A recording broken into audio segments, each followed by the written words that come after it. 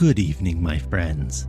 So, you want to learn to speak and understand English. You have had a long day. You are tired.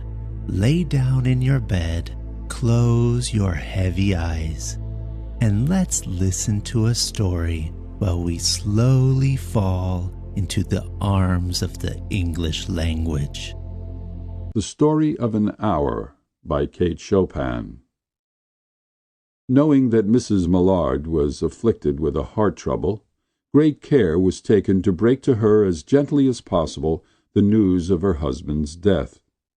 It was her sister Josephine who told her, in broken sentences, veiled hints that revealed in half-concealing. Her husband's friend Richards was there too, near her. It was he who had been in the newspaper office when intelligence of the railroad disaster was received, with Brently Millard's name leading the list of killed. He had only taken the time to assure himself of its truth by a second telegram, and had hastened to forestall any less careful, less tender friend in bearing the sad message. She did not hear the story as many women have heard the same, with a paralyzed inability to accept its significance. She wept at once, with sudden wild abandonment in her sister's arms. When the storm of grief had spent itself, she went away to her room alone. She would have no one follow her. There stood, facing the open window, a comfortable, roomy armchair. Into this she sank, pressing down by a physical exhaustion that haunted her body and seemed to reach into her soul. She could see in the open square before her house the tops of trees that were all aquiver with the new spring life. The delicious breath of rain was in the air. In the street below a peddler was crying his wares. The notes of a distant song which someone was singing reached her faintly, and countless sparrows were twittering in the eaves. There were patches of blue sky showing here and there through the clouds that had met and piled one above the other in the west facing her window. She sat with her head thrown back upon the cushion of the chair, quite motionless, except when a sob came up into her throat and shook her, as a child who has cried itself to sleep continues to sob in its dreams. She was young, with a fair, calm face, whose lines bespoke repression and even a certain strength.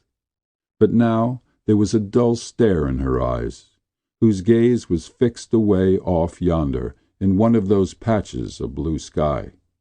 It was not a glance of reflection, but rather indicated a suspension of intelligent thought.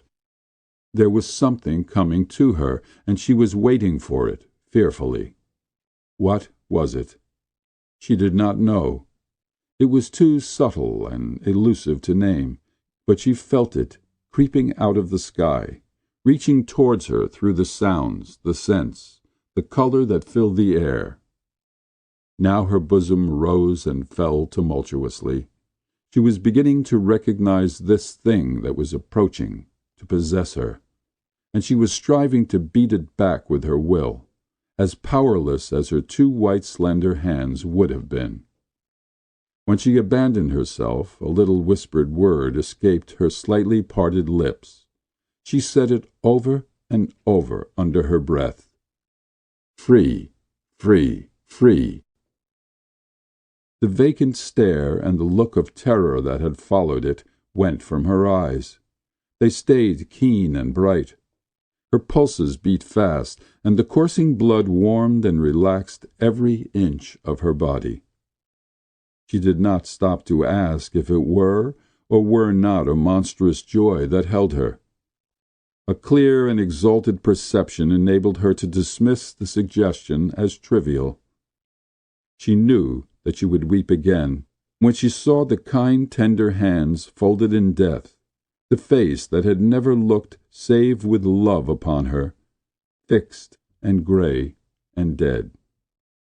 But she saw beyond that bitter moment a long procession of years to come that would belong to her absolutely, and she opened and spread her arms out to them in welcome. There would be no one to live for her during those coming years. She would live for herself. There would be no powerful will bending hers in that blind persistence with which men and women believe they have a right to impose a private will upon a fellow creature. A kind intention or a cruel intention made the act seem no less a crime as she looked upon it in that brief moment of illumination. And yet she had loved him. Sometimes. Often she had not. What did it matter? What could love, the unsolved mystery, count for in face of this possession of self-assertion which she suddenly recognized as the strongest impulse of her being? Free, body and soul free, she kept whispering. Josephine was kneeling before the closed door, with her lips to the keyhole, imploring for admission. "Louise, open the door. I beg, open the door. You will make yourself ill. What are you doing, Louise? For heaven's sake, open the door." "Go away. I am not making myself ill." No, she was drinking a very elixir of life through the open window. Her fancy was running riot along those days ahead of her, spring days and summer days and all sorts of days that would be her own. She breathed a quick prayer that life might be long. It was only yesterday she had thought with a shudder that life might be long. She arose at length and opened the door to her sister's importunities. There was a feverish triumph in her eyes, and she carried herself unwittingly like a goddess of victory. She clasped her sister's waist, and together they descended the stairs. Richards stood waiting for them at the bottom. Someone was opening the front door with a latchkey. It was Brently Mallard, who entered, a little travel-stained, composedly carrying his gripsack and umbrella. He had been far from the scene of the accident, and did not even know there had been one. He stood amazed at Josephine's piercing cry, at Richard's quick motion to screen him from the view of his wife. But Richards was too late. When the doctors came, they said she had died of heart disease, of joy that kills. End of The Story of an Hour